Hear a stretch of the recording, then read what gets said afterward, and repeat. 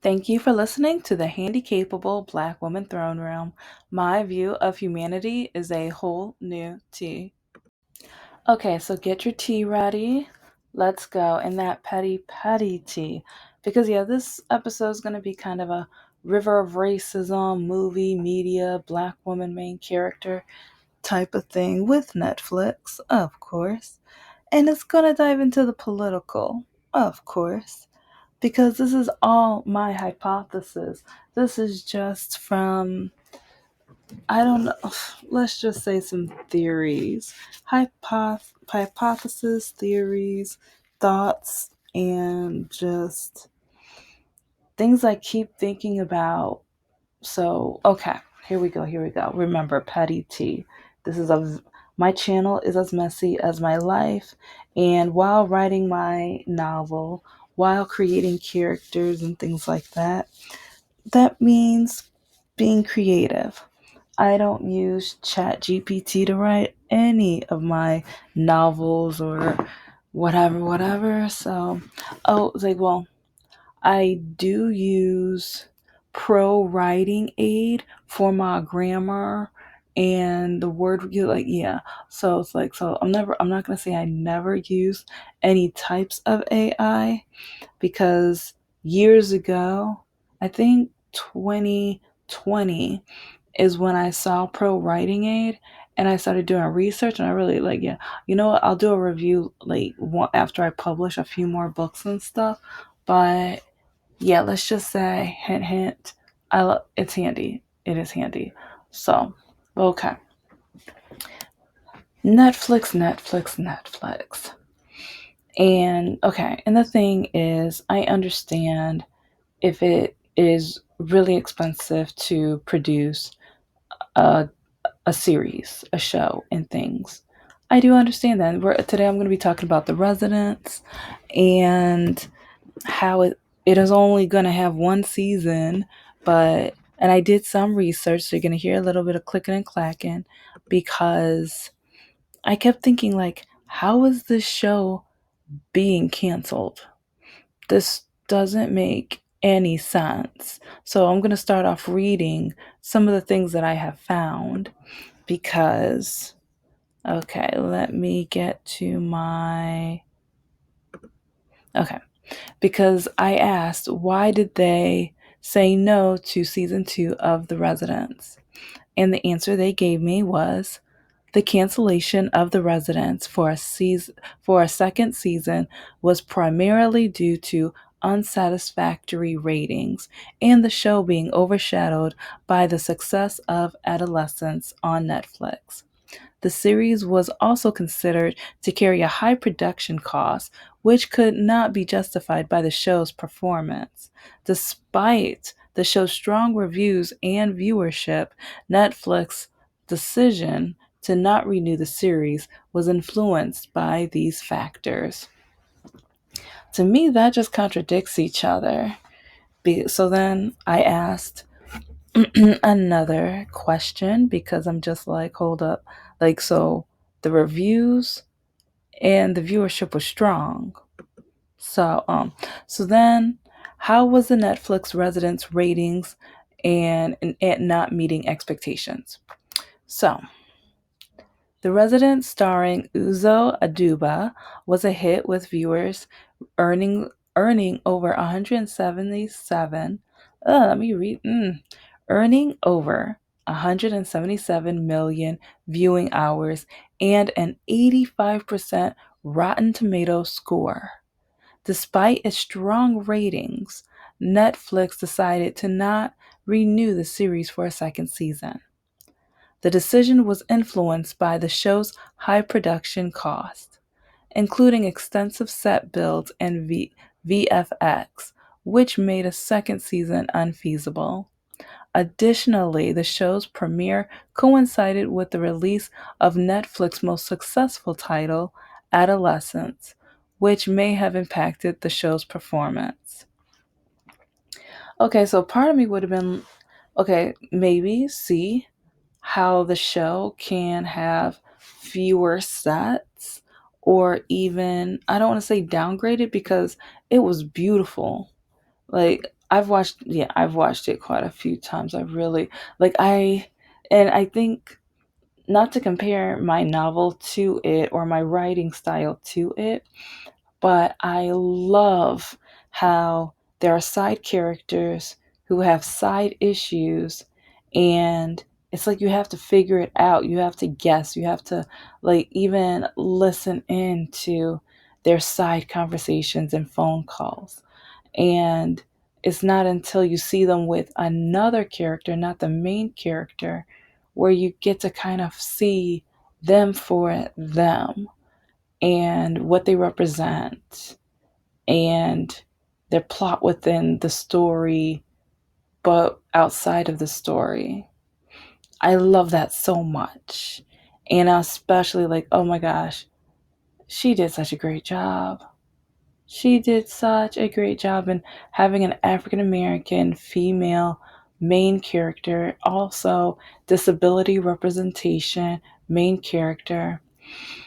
I will admit, it's like I did see some people post some really awful, terrible, bigoted opinions of it, either because of the African American aspect or disability, or they decide to mix the two, even kind of repeating some of the things that the orange man has said it about black women, how we are low IQ and stuff like that. Yeah. So part of me just wonders, which reviews did Netflix listen to? Did they look at the bigoted, like poorly educated people, or the people who actually were engaged and like watched it for the quality that it represented?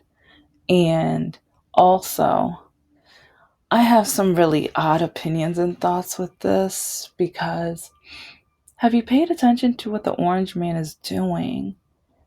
And then, like, see, this shows how many times I've watched The Residents, but a lot of things I don't know. It's like, and part of me is like, oh my gosh, did he watch it? Ill, ill, ill, ill.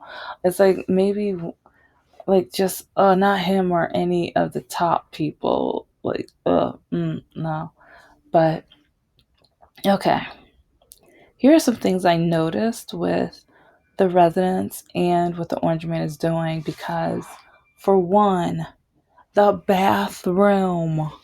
It's like, 'cause that now I'm hearing that he posted like 26 pictures of the bathroom with one of the bedroom suites, like, and he's wanted to do it dedicated to either Abraham Lincoln, one of them, and just like putting the emphasis and the gold plating and the shower, because he always talks about the showers.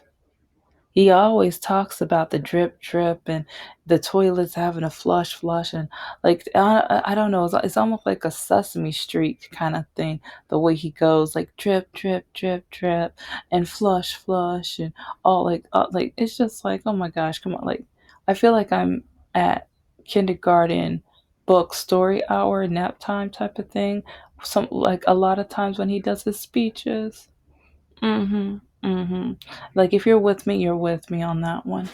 But with that, remember the vice president? Oh no, not the vice president. But actually the no, they didn't even really, but yeah, okay. Like the president, like the president, because yes, like, and even I'm gonna get to it because I also think maybe with the LGBTQ president representation, and then even it's like I want to do another talk about this later because that's one reason why like Kamala Harris didn't invite Pete. Like, come on now. I mean, I already voted for her, and I would vote for her again because I do like a lot of what she's for and things like that. But girl, you messed up with that, Kamala. You messed up with that. It's like when it comes to progressives and like people on the left, we love and adore everybody. And if the right, like, and that's one reason I feel like that was kind of a mistake. She was trying to lean for both parties. She was trying to be like a moderate liberal. And it's like, no, girl, they don't care about us. They don't try to be moderate Republicans. They don't care about us. And I'm not saying don't, like, you are for the entire country, yes, but represent your authentic thoughts. You wanted him to be your vice, so you should have picked him as vice. Oh, I adore who she picked, like, because he was a great pick too. But at the same time, name recognition, like, because yeah, name recognition is marketing. That is so powerful. And the way that Pete is able to put himself together and talk and speak, and he is so smart and ooh, like, honey.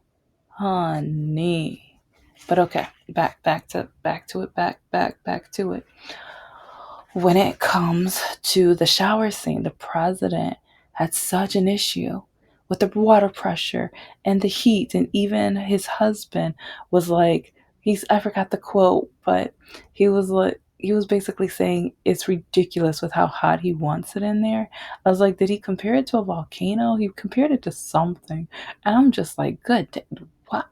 That hot? Dang. But then finally, when the the not the plumber, like the guy, well, the maintenance person, when he was able to get it together, and you saw the president open the door and all of that steam came out, and he was cheesing. He had that he just had a happy meal type of smile, or he just got that good type of smile, and it was real good, you know. So that's the kind of smile he had. But it's just really just coincidental, maybe, how he's putting so many emphasis on the upkeep or the new installation of the bathroom. And it was just, to me, it was just kind of interesting, odd but interesting. And then how even they said it was a quiet, like, upkeep or remodel. Why keep it quiet? You didn't, oh, the only reason you didn't keep the ballroom quiet is because you knew that was going to be a very big mess and something that you knew you could not hide from the public. Is that the only reason that you didn't keep that quiet? And now you're talking about adding some arches and things like that. But yeah, speaking of the ballroom. Okay, we take another sip of that petty tea. Take another sip of that petty tea because it matches up with the residents, believe it or not. And if you haven't watched it, I think I did one talk about the residents. Oh my gosh, like, yeah, I want to do more so that gives me more reason to watch it again. It's like, yeah, I loved this show. And it's like for a lot of the people on the right, they would be so scared it would be like a horror movie because it shows DEI and the representation. And it even has other characters with either disability and different, like, like attributes and different qualities that are unique within a lot of stories, and it allows a lot more people to be able to connect to individual characters and things. So, but yeah, I love it, and I recommend it so much. Okay, so with the ballroom,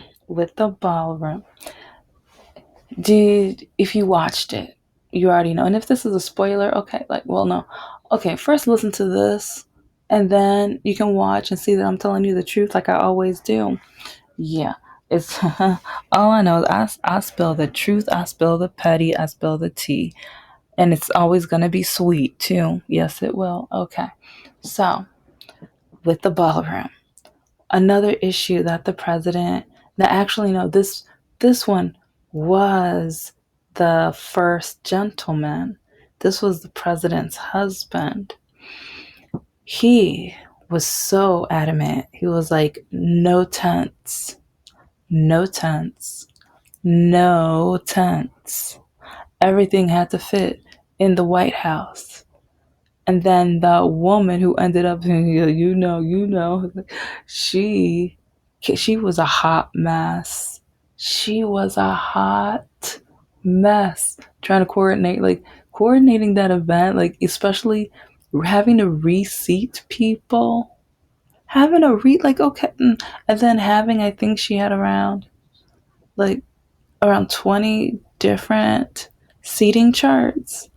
Oh my gosh, that when that one character who was like, she had blah blah blah seating charts, and I was like, oh crap, and then it's like, oh, and then like kind of slid them out like they were poker cards or whatever.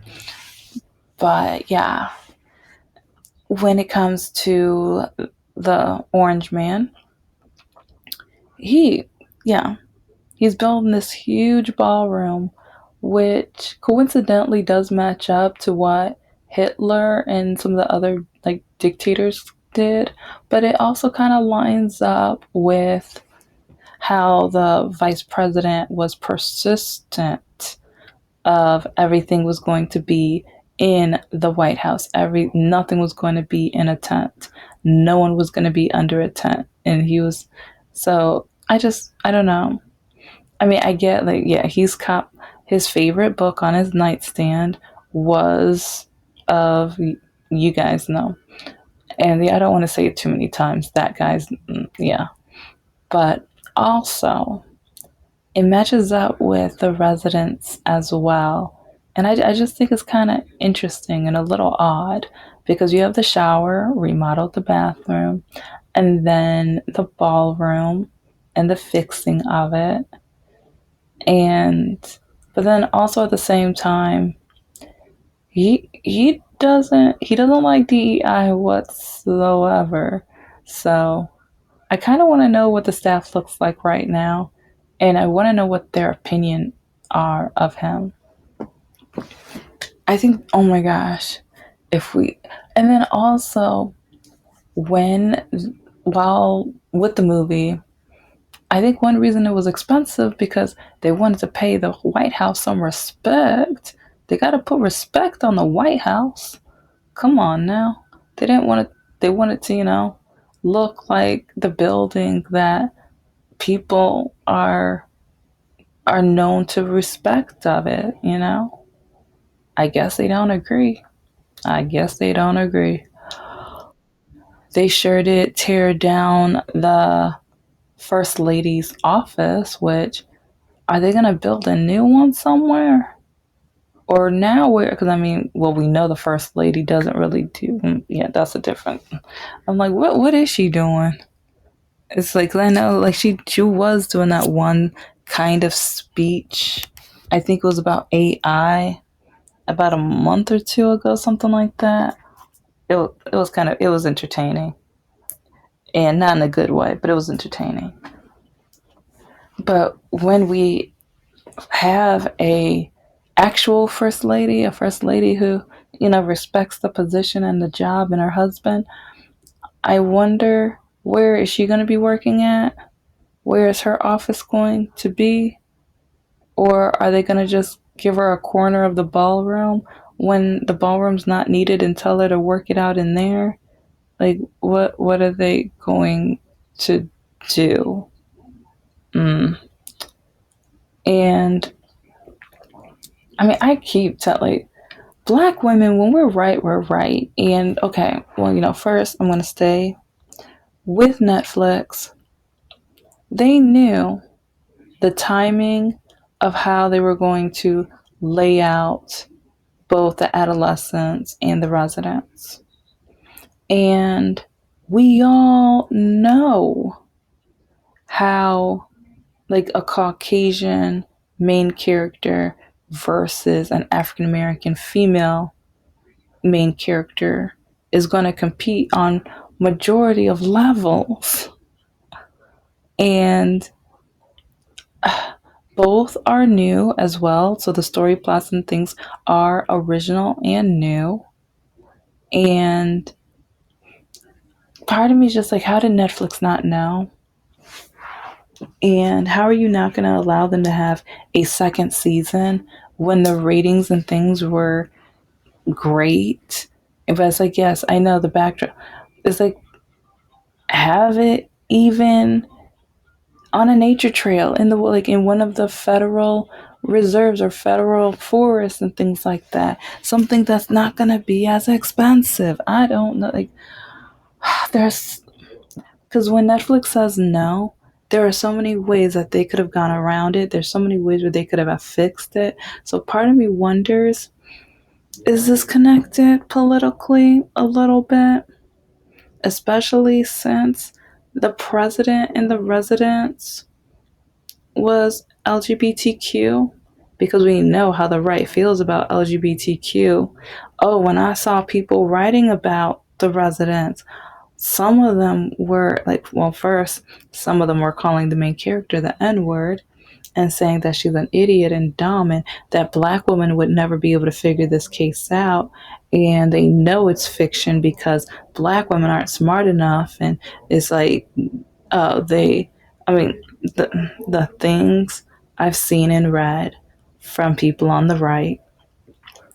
And I think with a couple of them, because this is way long ago, but a lot of them follow people like Candace Owens and CK and yeah, some of those other, mm, in my opinion, bigoted or racist, awful, terrible people, ignorant people. Yeah. So, in my opinion, remember, all in my opinion.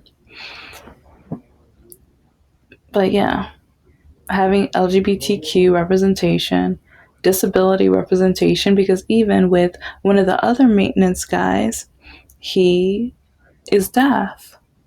And oh my gosh, it's like I love like when he had to spell some of the things out, and it's like he showed himself, he showed his character, and I think other people who are deaf, I think they were they were happy to see that, and it's like also seeing people who came as immigrants and speaking in different languages.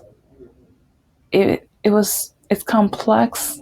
The complexity within the diversity and also the understanding and depth of the outside characters was that's one thing that drew me in even more.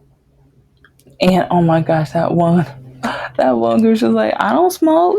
Girl, it's like she kept getting caught in a lie. It was, oh, she was such a hot mess, but it was funny because I think a lot of us African American women, especially, we all got aunties. Like, we all have maybe one, like maybe not even an, if not an auntie, a cousin, or some kind of family member where we're like, yeah. hmm I was thinking of her like the first time I watched it. Like after a few minutes, I'm like, "Yep, she reminds me of." I'm not gonna say her name. I want to say her name too. I want to say her name too, but I won't. But if some of my family members ever watch this, they're probably thinking of the same family member I'm thinking about. That'll be hilarious. But also the female cook up at, oh my gosh, the way she was on that man from Australia. Oh, and he was a zaddy. He was a zaddy. I can't blame her. I can't blame, like, I mean, even though she cooks the snack, she found that snack. But yeah, it's like I thought it was a outstanding series. And not only, and see, I didn't even mention or talk about the death that happened in it, because all of that is on top of the plot. And I love the plot, but I wanted to make sure I didn't spill too much tea for those who didn't watch it, but I'm hoping more people will want to watch it, because on top of the plot and the puzzle, like, and I think that's another reason I loved it so much, because like years ago when I first wrote my novel, I kind of had a couple things, but I'm like, I don't want it to be too much. But then after my surgery and like before my diagnosis even, I started editing and going through it again. And then after my diagnosis, I feel like it's like I'm kind of like a butterfly that keeps having to get back into the cocoon, because I'm like, okay, dang it, it's like I'm diagnosed now, gotta go back in one more time. And so, but now I feel like I can be that writer, and with the clues, and also like sometimes you meet a character, but then you meet that character again, and then you're like, oh my gosh, they did that last time or said this time. Like that's that's kind of my style. That's what I love. Even though like I have to write so many notes so I can keep track of everything. But then watching The Residents, it's like I love it because it's the same style. And it's like you have to pay attention. And even when you rewatch it, you're like, oh my gosh, yes, I remember, yes. And even with the books and like actions of what characters do, you're watching everybody, and it's interesting and engaging, and it it's just something to the point where you're just, I don't know, it it got me excited the entire ride. And even the last episode, you're like, oh, they did it. No, they did it. No, they did it. Oh, crap. They did it. No, back to that. Not the president or not the vice president. And so it was just, it was interesting because until the last 15 minutes of it, it's like the who kept bouncing around. And so the anxiety, the anticipation of it, even though like I kind of guessed right early on, because I don't know, it's like this, like that one character. I was like, I'm suspicious of you. Mm. But yeah, if you didn't watch, I'm not gonna say too much tea on it. But if you know, you know, and if you don't, go and watch it so that you will know. But yeah, I'm gonna have more talks about The Residents because yeah, they need more viewership, and I know they're not gonna do a second season. But since I think that's like one of my goals writing wise with the style and things. And but the thing was, at first I was gonna have it hop around a little or have you guessing a little bit, but now, like now that I'm thinking about it more and more, I'm like it is more complex with how it jumps around. I'm not sure if I'm, yeah. Since it's my first time doing this type, it's like I would have to create a web. Yeah, I would have to organize it with a web format or something. But either way, I just think it's interesting how politically, how some of the main issues that the president and vice president had are now being worked on in the White House by the Orange Man and everything. And then also with the LGBTQ representation and how much the Orange Man can't stand that. But then at the same time, like Kamala Harris was scared that she would lose, but then she lost anyway. So part of me, I'm like, girl, girl. I mean, a lot of it was because of sexism, racism, bigotry, ignorance, and stereotypes. And so many people always want to say women only climb the ladder because they, you know, it's never because we work hard. It's never because we're smart, especially black women. The Orange Man always wants to say we have low IQ unless we agree with them. Yeah, but anyway.